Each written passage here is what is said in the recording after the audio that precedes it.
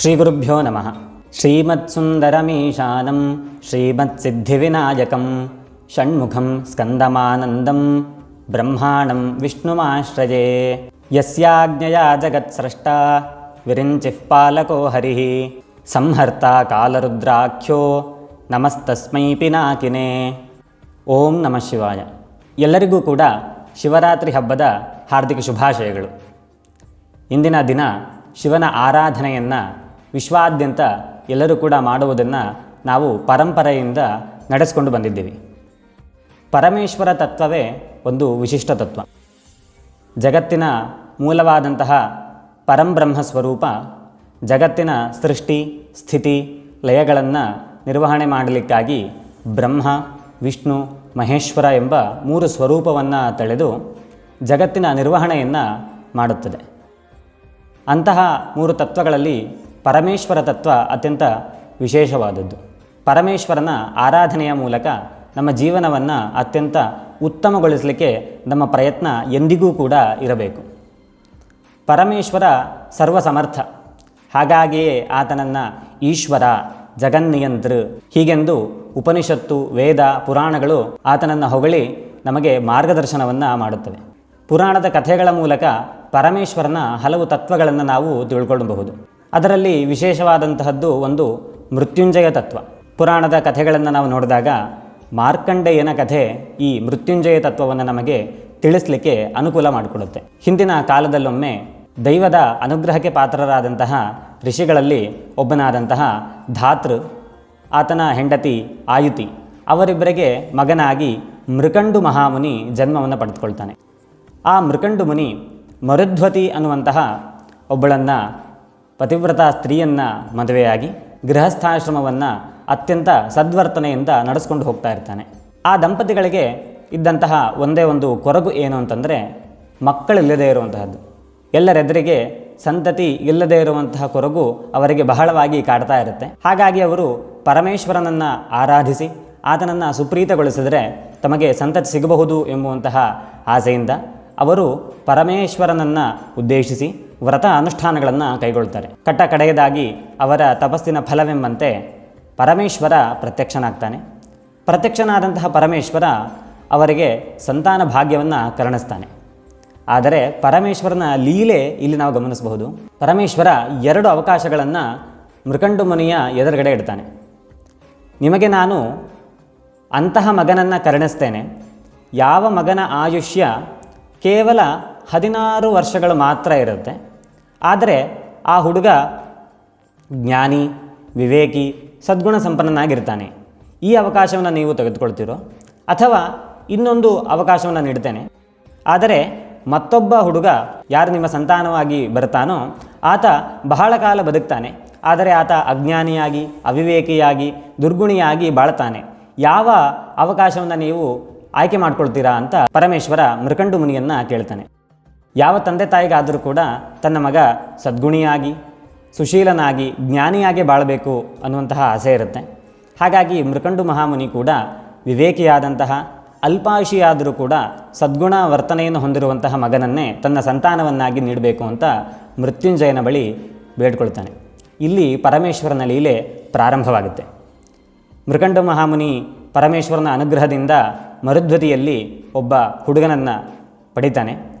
ಆ ಸಂತಾನಕ್ಕೆ ಮಾರ್ಕಂಡೇಯ, ಮೃಕಂಡುವಿನ ತನಯ ಮಾರ್ಕಂಡೇಯ ಅನ್ನುವಂತಹ ನಾಮಕರಣವಾಗುತ್ತೆ.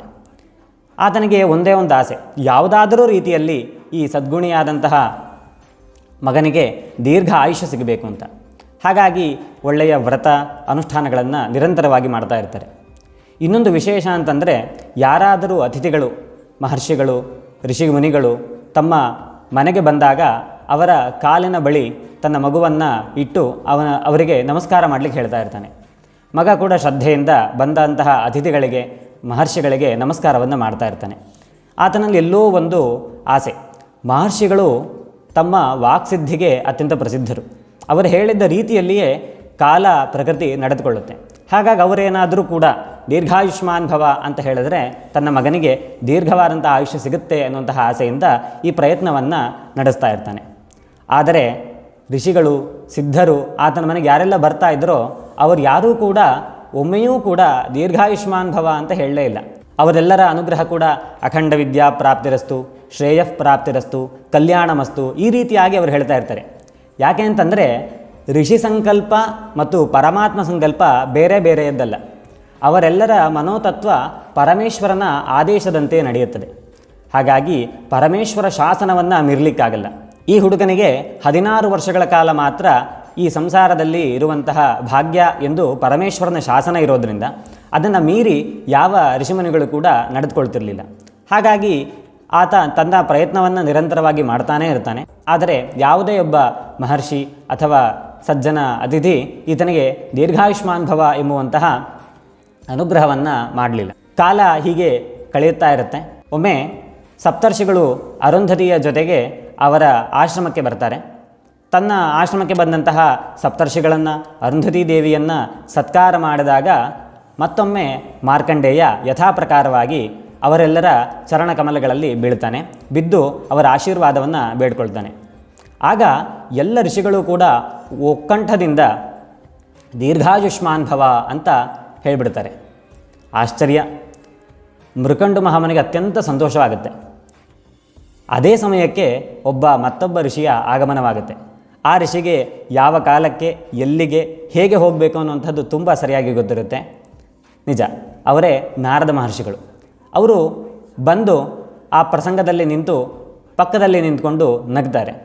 ಸಪ್ತರ್ಷಿಗಳಿಗೆ ಆಶ್ಚರ್ಯ, ಯಾಕೆ ನಾರದರು ನಗ್ತಾ ಇದ್ದಾರೆ ಅಂತ. ಆಗ ನಾರದ ಮಹರ್ಷಿಗಳು ಹೇಳ್ತಾರೆ, ಮೊಟ್ಟ ಮೊದಲ ಬಾರಿಗೆ ವೇದವಾಕ್ ಸುಳ್ಳಾಗ್ತಾ ಇರೋದನ್ನು ನಾವು ನೋಡ್ತಾ ಇದ್ದೀವಿ ಅಂತ. ಯಾಕೆ? ವೇದ ಅಂತಂದರೆ ಕೇವಲ ಪುಸ್ತಕಗಳಲ್ಲ, ಅದೊಂದು ಅಖಂಡ ಜ್ಞಾನರಾಶಿ.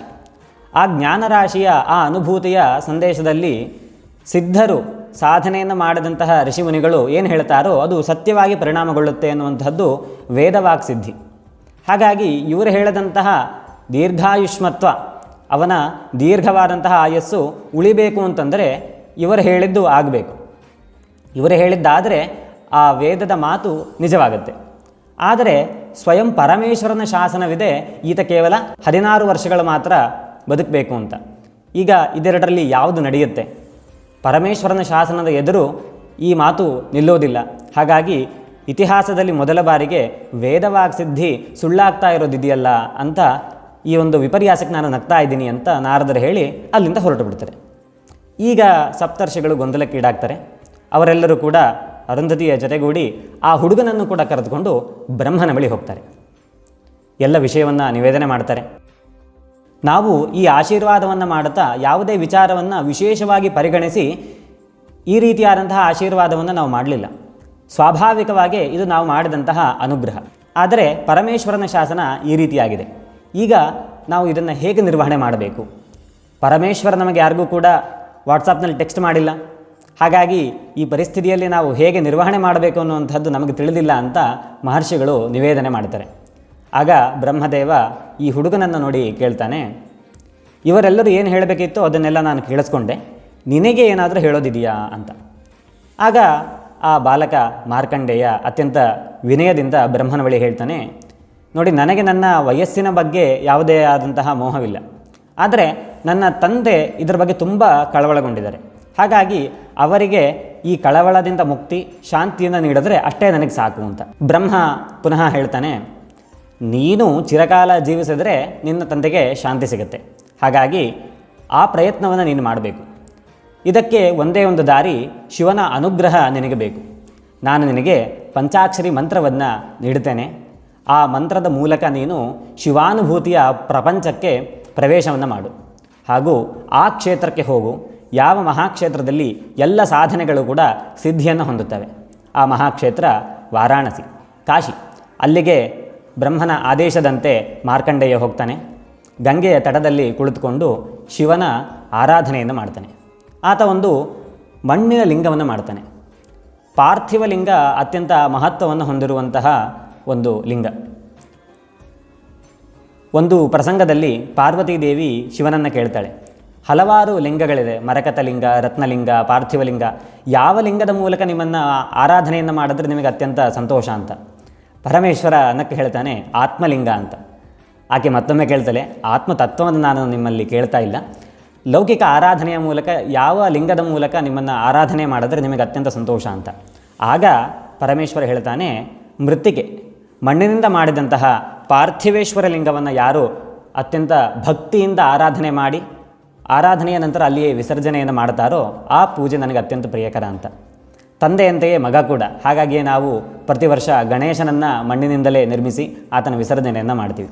ಹಾಗಾಗಿ ಪಾರ್ಥಿವೇಶ್ವರ ಲಿಂಗದ ಆರಾಧನೆ ಅತ್ಯಂತ ಶೋಭೆಯನ್ನು ತರುತ್ತೆ. ಹಾಗಾಗಿ ಈ ಮಾರ್ಕಂಡೇಯ ಕೂಡ ಪೃಥ್ವಿಯಿಂದ ಮಣ್ಣಿನಿಂದ ಮಾಡಿದಂತಹ ಒಂದು ಲಿಂಗವನ್ನು ತನ್ನ ಎದುರುಗಡೆ ಇಟ್ಕೊಂಡು ನಿತ್ಯವೂ ಕೂಡ ಪೂಜೆಯನ್ನು ಮಾಡ್ತಾ ಇರ್ತಾನೆ. ಬ್ರಹ್ಮನ ಅನುಗ್ರಹವಿದೆ. ಸಾಧನೆಯ ಮಾರ್ಗದಲ್ಲಿ ದೀಕ್ಷೆ ಬಹಳ ವಿಶೇಷತೆಯನ್ನು ಹೊಂದುತ್ತೆ. ಇಲ್ಲಿ ಸ್ವಯಂ ಶಿವಭಕ್ತನಾದಂತಹ ಬ್ರಹ್ಮ ಈತನಿಗೆ ಪಂಚಾಕ್ಷರಿಯ ಉಪದೇಶವನ್ನು ಮಾಡಿದ್ದಾನೆ. ಅದರ ಜೊತೆಗೆ ಆತನ ಬಳಿ ಶಿವಭಕ್ತಿ ಇದೆ. ಎರಡನ್ನೂ ಸೇರಿಸಿ ಆತ ತನ್ನ ಅರ್ಚನೆಯನ್ನು ಗಂಗಾ ನದಿಯ ತಟದಲ್ಲಿ ಮಾಡ್ತಾ ಇದ್ದಾನೆ. ವರ್ಷಗಳು ಕಳೆಯುತ್ತೆ. ಕಡೆಗೆ 16ನೇ ವರ್ಷ ಮುಗಿಯುವಂತಹ ದಿನ ಒಬ್ಬರು ಬರ್ತಾರೆ. ಯಾರದು? ಧರ್ಮರಾಜ, ಯಮಧರ್ಮ. ಗಮನಿಸಿ, ಯಮಧರ್ಮ ಎಲ್ಲರನ್ನ ಕರ್ಕೊಂಡು ಹೋಗ್ಲಿಕ್ಕೆ ಬರೋದಿಲ್ಲ. ಯಮ ಕಿಂಕರರಿದ್ದಾರೆ. ಆದರೆ ಯಾವಾಗ ಒಬ್ಬ ಧರ್ಮಾತ್ಮ ತನ್ನ ಇಡೀ ಜೀವನವನ್ನು ಧಾರ್ಮಿಕ ಕಾರ್ಯಕ್ಕಾಗಿ ಯಾರಿಗೂ ಅಹಿತವನ್ನು ಉಂಟು ಮಾಡದೆ ಬದುಕಿರ್ತಾನೋ ಅಂಥ ಒಂದು ಧರ್ಮಾತ್ಮನನ್ನು ಮೃತ್ಯು ಕಾಲದಲ್ಲಿ ಸ್ವಯಂ ದೇವತೆಗಳು ಕೂಡ ಅವರಿಗೆ ಶ್ರೇಯಸ್ಸನ್ನು ಕಲ್ಪಿಸ್ತಾರೆ. ಹಾಗಾಗಿ ಸ್ವಯಂ ಮೃತ್ಯು ದೇವತೆ ಯಮಧರ್ಮ ಇದನ್ನು ಕರೆದುಕೊಂಡು ಹೋಗ್ಲಿಕ್ಕೆ ಬಂದಿದ್ದಾನೆ. ಹಲವಾರು ಕಥೆಗಳ ಮೂಲಕ ಅಥವಾ ಚಿತ್ರಣಗಳಲ್ಲಿ ನೋಡಿದಾಗ ಯಮ ನಮಗಿಲ್ಲಿ ಖಳನಾಯಕನ ಥರ ಕಾಣ್ತಾನೆ. ಆದರೆ ಗಮನಿಸಿ, ಯಮ ಯಾರ ಮಾತನ್ನು ಪಾಲನೆ ಮಾಡ್ತಾ ಇದ್ದಾನೆ? ಯಮ ಕಾಲಪಾಲಕ. ಆತನನ್ನು ಪಾಲನೆ ಮಾಡುವಂಥ ನೇಮಿಸಿದವನು ಯಾರು? ಸ್ವಯಂ ಪರಮೇಶ್ವರ.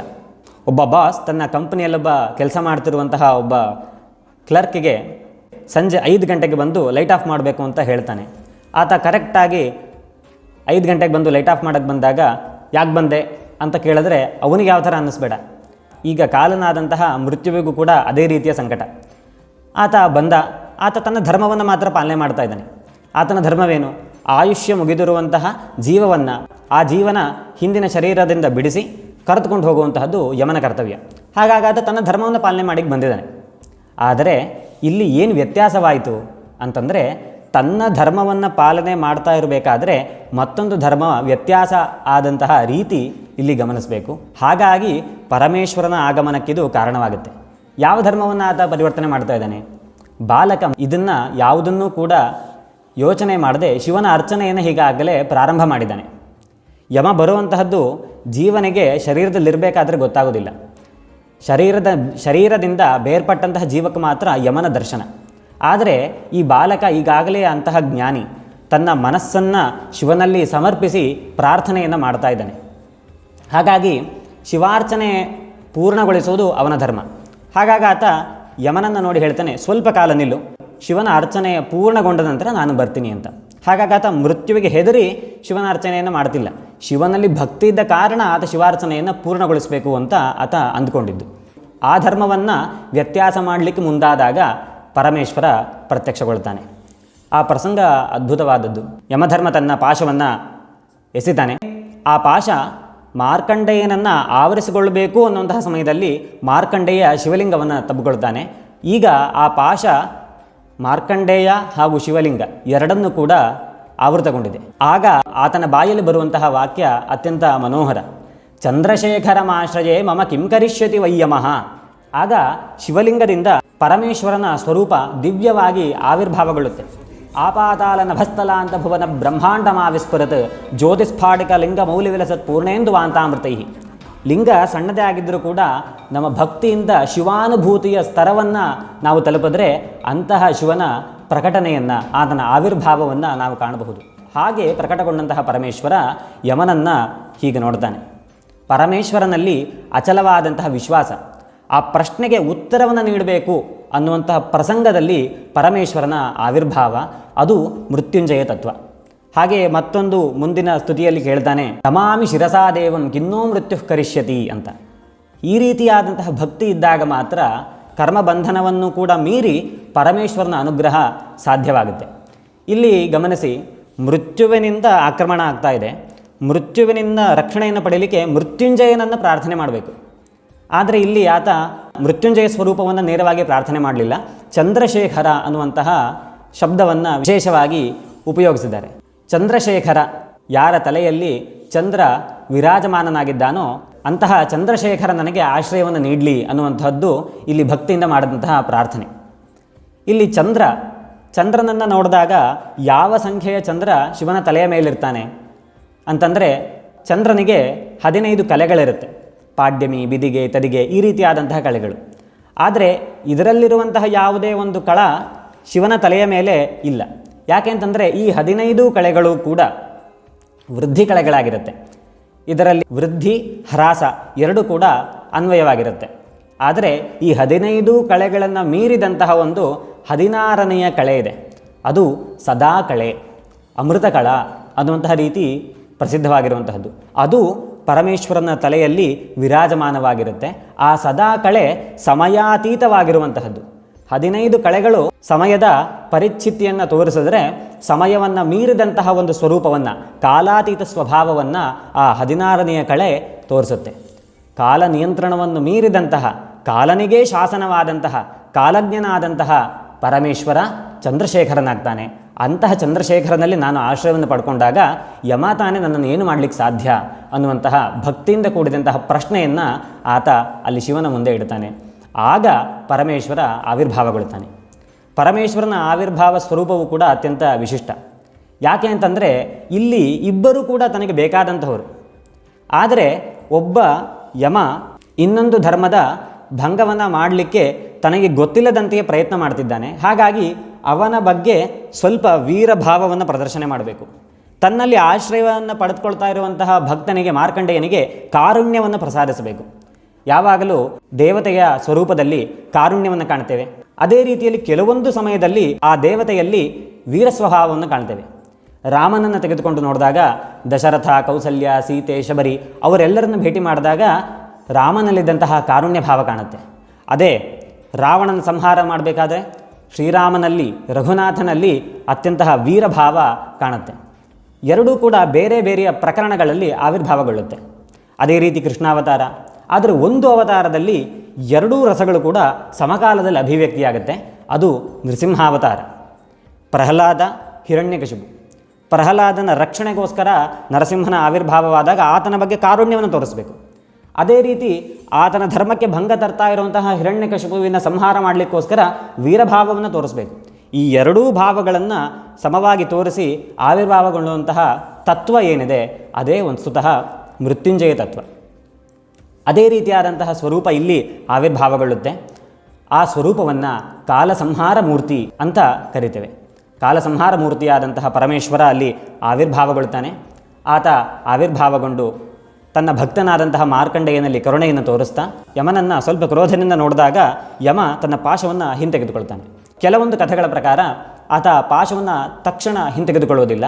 ಹಾಗಾಗಿ ಪರಮೇಶ್ವರ ತನ್ನ ಎಡಗಾಲಿನಿಂದ ಆತನನ್ನು ತಳ್ತಾನೆ. ಯಾಕೆ ಎಡಗಾಲು? ಎಡಭಾಗದಲ್ಲಿ ಪರಮೇಶ್ವರಿ ಇದ್ದಾಳೆ, ಶಕ್ತಿ ಸ್ವರೂಪಿಣಿ.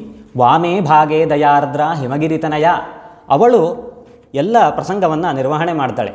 ಶಿವ ಶಾಂತ ಸ್ವರೂಪ. ಆದರೆ ಈ ಕಾರ್ಯವನ್ನು ನಿರ್ವಹಿಸಲಿಕ್ಕೆ ಶಕ್ತಿಯ ಆವಿರ್ಭಾವ. ಹಾಗಾಗಿ ಅರ್ಧನಾರೀಶ್ವರ ತತ್ವ ಕೂಡ ಅಲ್ಲಿ ಅಭಿವ್ಯಕ್ತಿ ಆಗ್ತಾ ಇದೆ. ಆ ರೀತಿಯಾಗಿ ಯಮನನ್ನು ದೂರ ತಳ್ತಾನೆ ಪರಮೇಶ್ವರ. ಹೀಗೆ ಭಕ್ತನನ್ನು ಕಾಪಾಡಿಕೊಳ್ಳುವಂತಹ ತತ್ವವನ್ನು ಮೃತ್ಯುಂಜಯ ತತ್ವವನ್ನಾಗಿ ನಾವು ನೋಡಬಹುದು. ಯಾಕೆ?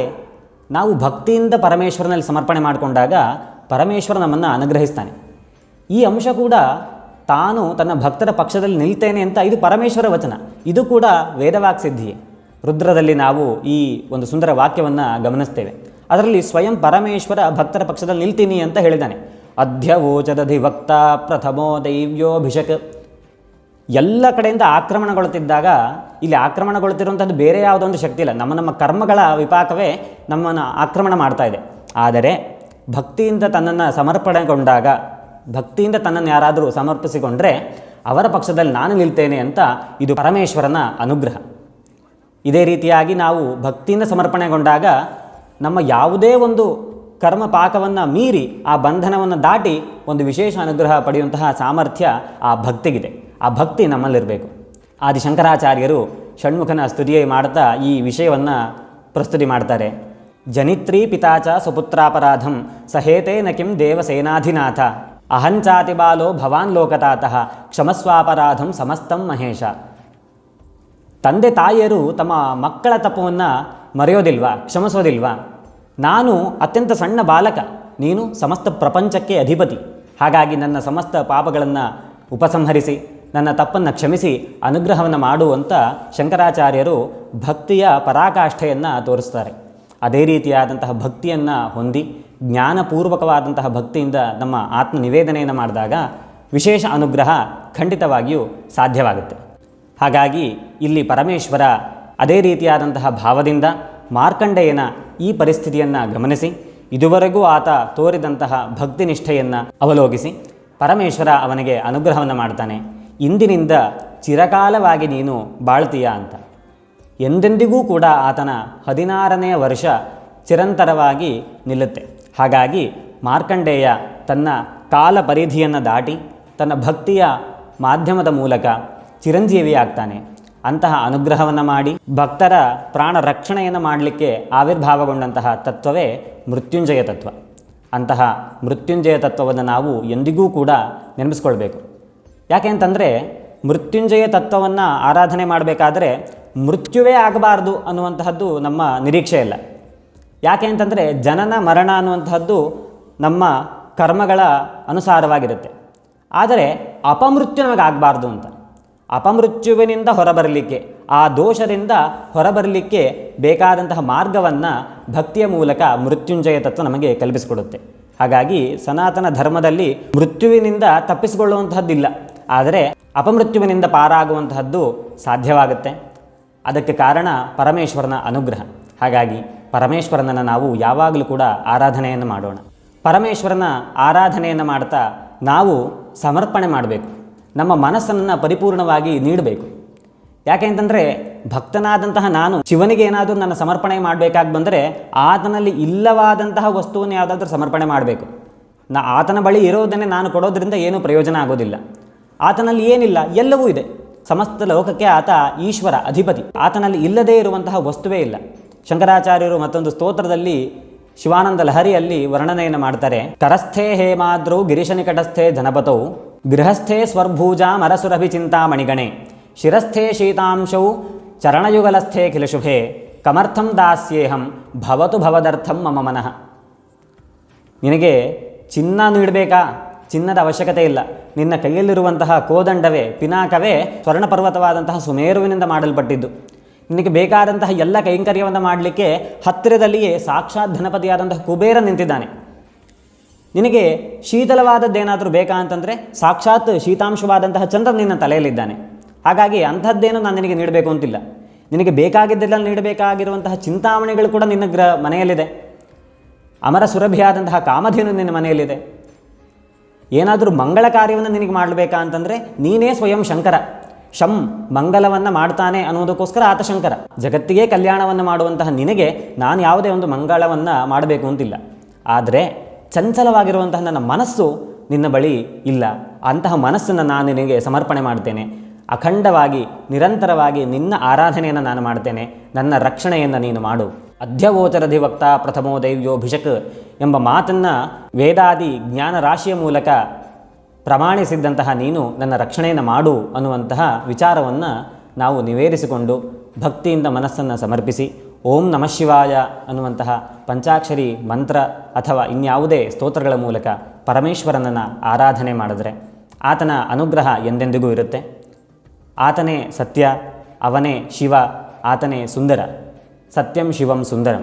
ಅಂತಹ ಕಲ್ಯಾಣ ಮೂರ್ತಿಯನ್ನು, ಶಂಕರನನ್ನು, ಕಾಲ ಸಂಹಾರ ಮೂರ್ತಿಯನ್ನು ಆರಾಧನೆ ಮಾಡ್ತಾ ಅವನ ಅನುಗ್ರಹ ನಮ್ಮೆಲ್ಲರಿಗೂ ಇರಬೇಕು ಅಂತ ನಾವು ಕೂಡ ಕೇಳ್ಕೊಳ್ಳೋಣ. ಇವತ್ತಿಗೆ ಮಾತ್ರವೇ ಆತನ ಆರಾಧನೆ ಸೀಮಿತವಾಗಿದೆ. ಎಂದೆಂದಿಗೂ ಕೂಡ ಪರಮೇಶ್ವರನ ಆರಾಧನೆ ನಮ್ಮಲ್ಲಿರಬೇಕು. ಈ ರೀತಿಯಾಗಿ ಪರಮೇಶ್ವರನನ್ನು ಕ್ಷಣಕಾಲವಾದರೂ ಕೂಡ ನೆನಪಿಸಿಕೊಂಡು ಆತನ ಅನುಗ್ರಹಕ್ಕೆ ಪಾತ್ರರಾಗಿ ಧನ್ಯರಾಗೋಣ. ಶಿವಸೇವೆಯಿಂದ, ಶಿವನ ಕೈಂಕರ್ಯದಿಂದ ಕೃತಾರ್ಥರಾಗೋಣ ಅಂತ ಹೇಳ್ತಾ ಇಂದಿನ ವಿಚಾರಕ್ಕೆ ವಿರಾಮವನ್ನು ನೀಡುತ್ತೇನೆ. ಮತ್ತೊಮ್ಮೆ ಸಿಗೋಣ. ಧನ್ಯವಾದ. ಸತ್ಯಂ ಶಿವಂ ಸುಂದರಂ.